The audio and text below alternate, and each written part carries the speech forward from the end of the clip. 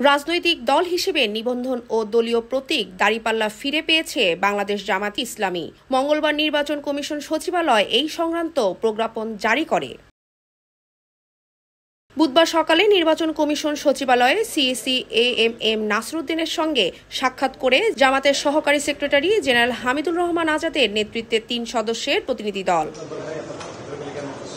বৈঠক শেষে সাংবাদিকদের সঙ্গে কথা বলেন হামিদুর রহমান আজাদ। নিবন্ধন ফিরিয়ে দেয়ায় ইসিকে ধন্যবাদ জানিয়ে তিনি বলেন, জাতীয় নির্বাচনের আগে অন্তর্বর্তী সরকারের অধীনে স্থানীয় সরকার নির্বাচন চায় জামায়াতে ইসলামী।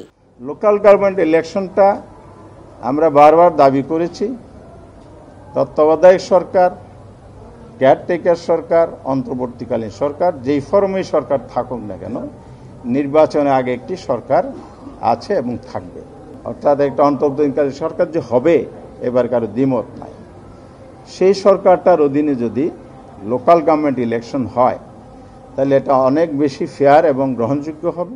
নির্বিঘ্নে ভোট দেওয়ার পরিবেশ ও সব দলের জন্য লেভেল প্লেইং ফিল্ড তৈরি এবং পিআর পদ্ধতি নির্বাচন চায় জামাত। এতে নির্বাচন কালো টাকায় প্রভাবমুক্ত হবে বলেও মনে করেন তিনি। লেভেল প্লেইং ফিল্ড যেটা বলে, এটা যদি নিশ্চিত করা না যায় তাহলে সেখানে নির্বাচন সুষ্ঠু, নিরপেক্ষ, গ্রহণযোগ্য হতে পারে না। অতীতের নির্বাচনগুলো তার প্রমাণ।